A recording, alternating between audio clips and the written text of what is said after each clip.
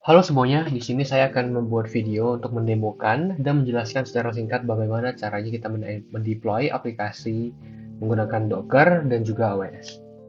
Sebelum itu, saya akan memperkenalkan diri saya dulu. Nama saya Hans Kemulia, yang berasal dari grup 2, yang beranggotakan saya, ada juga Medolin Emily, dan juga ada Muhammad Rehan Saputra. Di video kali ini saya akan mencoba untuk mendeploy aplikasi React, yang nantinya jadinya akan seperti ini dengan menggunakan Docker sebagai containerization tools-nya dan juga AWS untuk sebagai virtual machine-nya.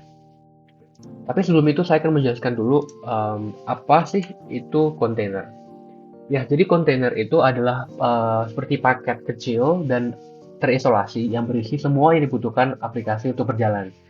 Jadi misalnya seperti aplikasi React, itu ada di dalam kontainer itu ada codingannya, ada library-library yang dipakai dan juga ada dependensi-dependensi yang ada, misalnya ada npm dan lain sebagainya.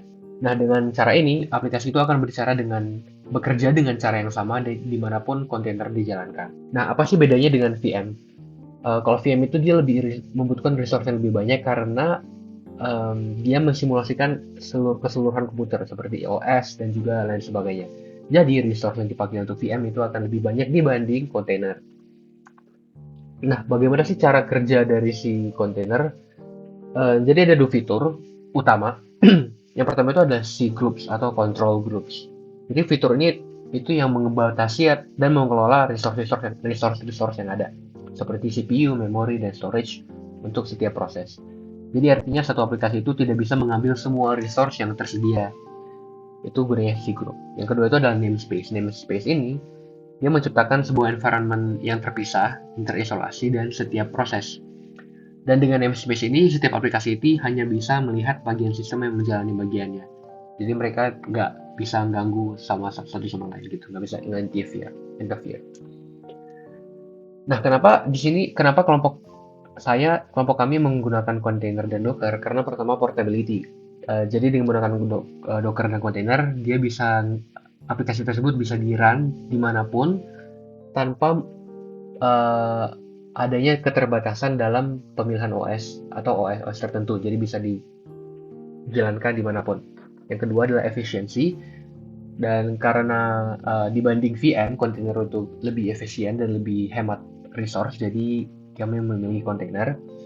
Yang ketiga adalah konsistensi. Jadi dia memastikan aplikasi berjalan dengan proses yang sama, dengan cara yang sama, dengan hasil yang sama di seluruh environment. Yang keempat adalah isolasi. Jadi keeps the applications and dependencies is isolated. Dan terakhir adalah fast deployment. Dengan menggunakan Docker dan container kita bisa dengan cepat untuk mendeploy-nya gitu.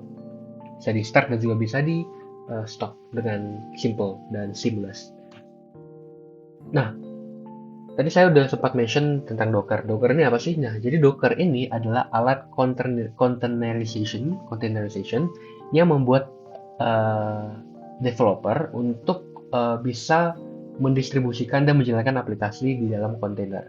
Jadi Docker ini yang bisa berjalan di mana aja aplikasinya, di laptop, server, atau bahkan di cloud tanpa khawatir dengan perbedaan environment-nya. Docker ini juga nanti bakal kita pakai untuk membuat kontainer atau image. Nah, apa sih kontainer atau image nanti bakal saya jelaskan. Nah, sebelum itu saya akan menjelaskan tentang Docker runtimes. Jadi Docker runtime ini terdiri dari uh, beberapa komponen, tapi yang akan saya highlight itu ada Docker Engine. Docker Engine ini adalah kontainer runtime yang menjadi standar industri. Dengan Docker Engine, Docker ini dapat mengemas atau ngerap aplikasi beserta dependencies-nya ke dalam sebuah kontainer yang dapat berjalan di mana saja. Nah, next ini adalah arsitektur dari Docker. Ada tiga hal yang perlu saya highlight. Yang pertama itu adalah Docker Client. Docker Client ini yang menjadi interface bagi developer. Jadi misalnya developernya ngetik komen seperti Docker run. Nah, Docker Client inilah yang akan mengirimkan instruksi ke Docker Daemon. Selanjutnya ada Docker Daemon. Docker Daemon ini adalah otak dari Docker. Dia itu yang melakukan pekerjaan berat seperti nge-build, menjalankan, dan nge-distribute kontainernya. Dan terakhir adalah REST API. REST API ini adalah sebagai alat komunikasi, cara komunikasi antara uh, Docker Daemon dan Docker Client gitu. Ini ada beberapa Docker key component, ada Docker host, Docker engine, Docker daemon, Docker client, dan Docker objects.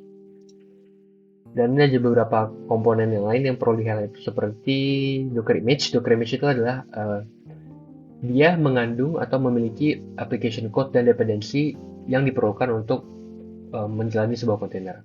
Dan kontainer itu adalah seperti aplikasi yang dijalankan di atas image yang udah ada gitu. Dan Docker file ini adalah text file yang mempunyai instruksi-instruksi untuk ngebuat sebuah Docker image. Nanti saya bakal contohin. Terus yang penting itu misalnya ada Docker Hub. Docker Hub ini adalah repository kayak GitHub gitu, tapi isinya tuh semua image-image yang udah dibuat. Gitu. Nah, di video ini saya akan menjelaskan gimana sih cara kita ngebuat dari awal aplikasi yang ada sampai jadi ke Docker container yang bisa kita deploy nantinya pakai AWS EC2. Yang pertama itu ada tahapannya itu ngebuat Docker file, yang nantinya Docker file ini bakal di-build menjadi sebuah Docker image. Dan setelah ada Docker image, yang baru kita bisa ngebuat container di atas Docker image tersebut menggunakan Docker image. Oke, jadi di sini udah ada codingan React. Jadi codingan ini adalah codingan front end doang, back endnya nggak ada. Sebenarnya ada, cuman saya mau fokusnya ke front end nanti yang bakal saya deploy nantinya. Bisa dilihat di sini ada file-filenya, ada asset, ada komponen, ada pages, dan lain sebagainya. Dan di sini saya akan ngebuat sebuah Docker file dulu di luar di root foldernya. Di sini saya udah buat sih Docker filenya. Docker file ini isinya adalah instruksi-instruksi yang bakal kita jalanin untuk membuat sebuah Docker image. Jadi kalau bisa dilihat di sini ada from node 18 as build. Jadi intinya itu kita memulai dengan menggunakan image node yang versi ke-18 untuk ngebangun aplikasi React yang udah kita codingin gitu. Terus kita set working directory-nya ke /app dan juga kita copy semua file package JSON-nya ke dalam kontainer. Kemudian kita run npm install ini untuk menginstal dependensi yang ada di package JSON-nya. Terus kita copy semua code ke dalam kontainer. Dan kita nge-run command npm run build untuk ngebuat untuk ngejalanin aplikasinya, untuk nge-build application-nya. Terus yang step selanjutnya itu kita menggunakan image dari Nginx untuk menyajikan file aplikasi yang sudah dibangun. Terus ini kita nge-copy React build filesnya, dan ini untuk konfigurasi Nginx-nya. Dan kita expose aplikasi tersebut ke port 80 di dalam kontainernya. Nah, next step adalah karena kita sudah buat Docker file, kita harus ngebikin image. Jadi bisa dipakai pakai command docker build. Nah, tapi sebelum itu kita harus punya yang namanya Docker desktop. Nah, berhubung karena di laptop saya sudah ada Docker desktop, jadi aplikasinya harusnya bisa dijalani. Cuman kalau misalnya belum ada, kita bisa download di website dari docker.com ya. Jadi Docker desktop kita bisa kalian bisa download for Windows dan tinggal diikutin aja instruksinya. Karena di sini saya sudah ada, jadi saya tinggal buka aja Docker desktopnya di sini. Jadi Docker engine-nya yang tadi saya jelasin, yang bertugas sebagai yang untuk membuat image dan lain-lain. Oke, di sini karena Docker desktopnya udah saya buka dan udah saya jalanin Dockernya, kita tinggal membuat Docker image berdasarkan Docker file yang udah saya buat. menggunakan command docker build. Ini adalah minta itu buat text-nya, tag houters.force.now-web. Jadi kegunaan ini adalah nantinya untuk Docker Hub.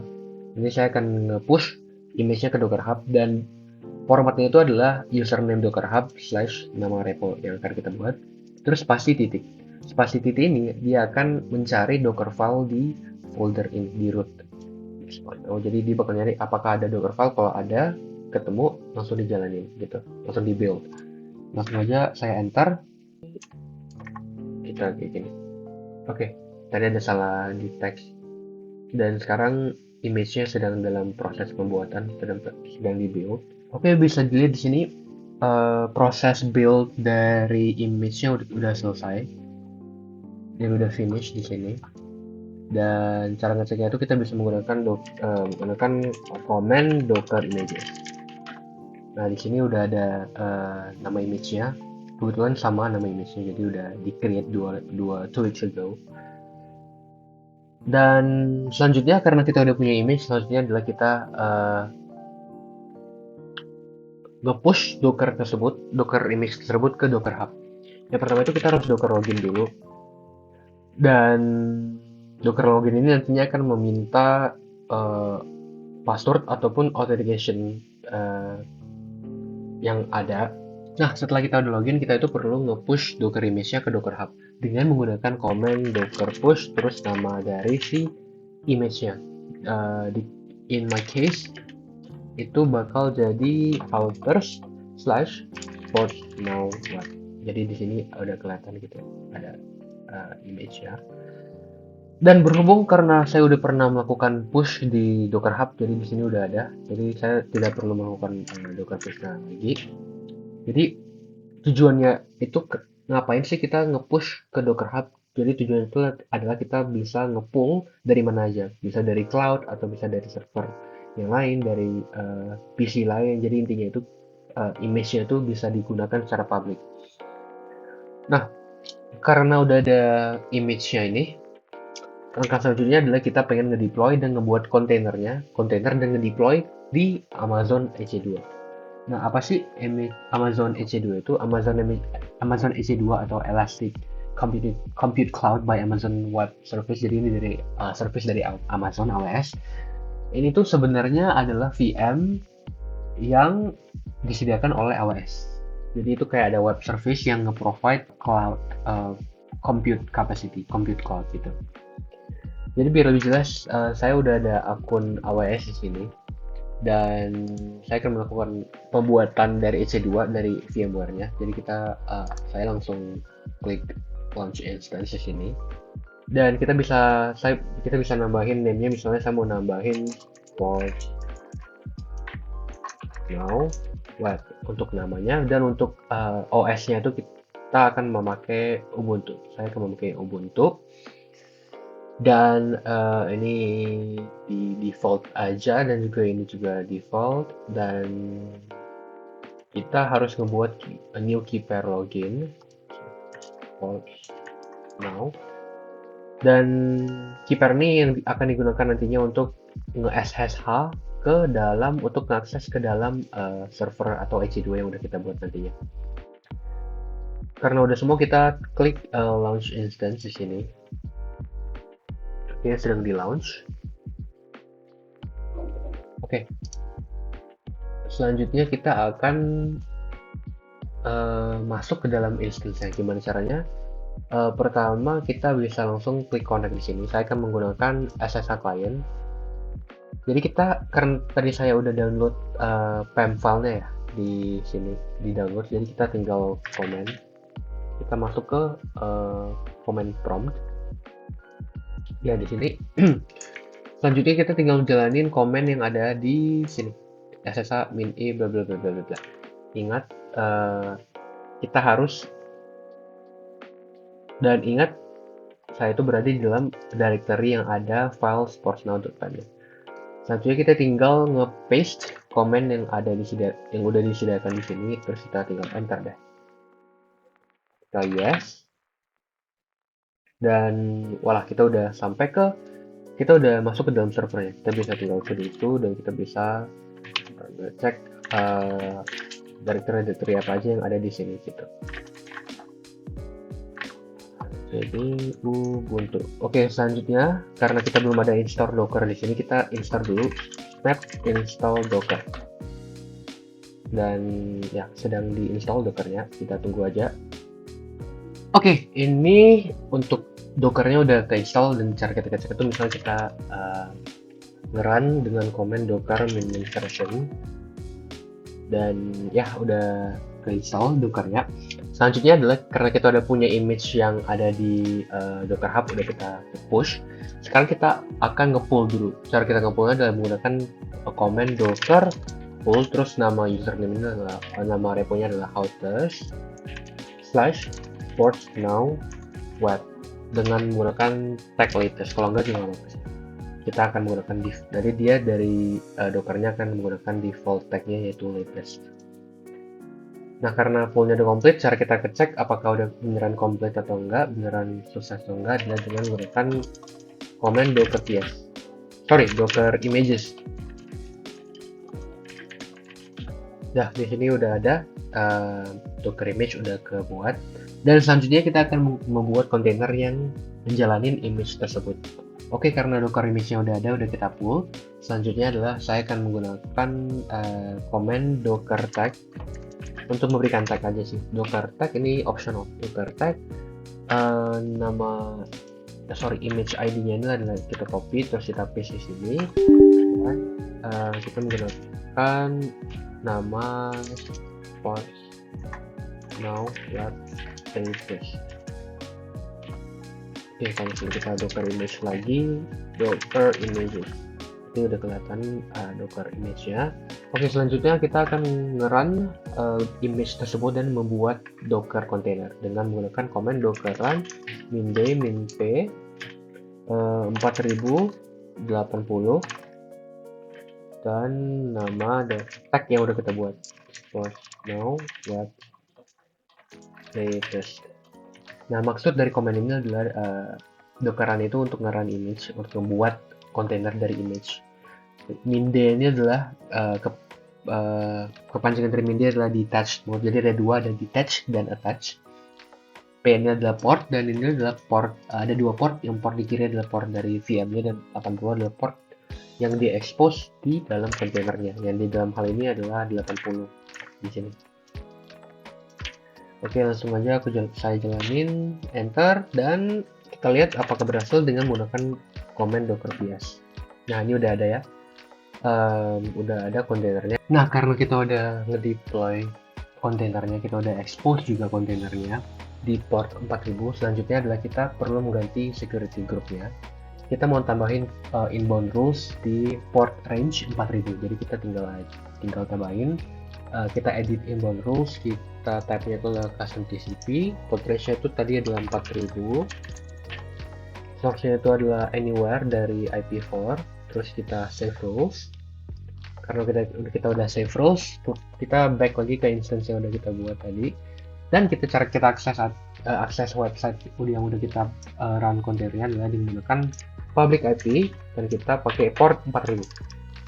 Kita run dan udah berhasil untuk deploy aplikasinya. Oke, segitu aja untuk video demo dan presentasi singkat dari kelompok 2. Semoga videonya dapat bermanfaat, dan mohon maaf jika ada kekurangan, dan terima kasih.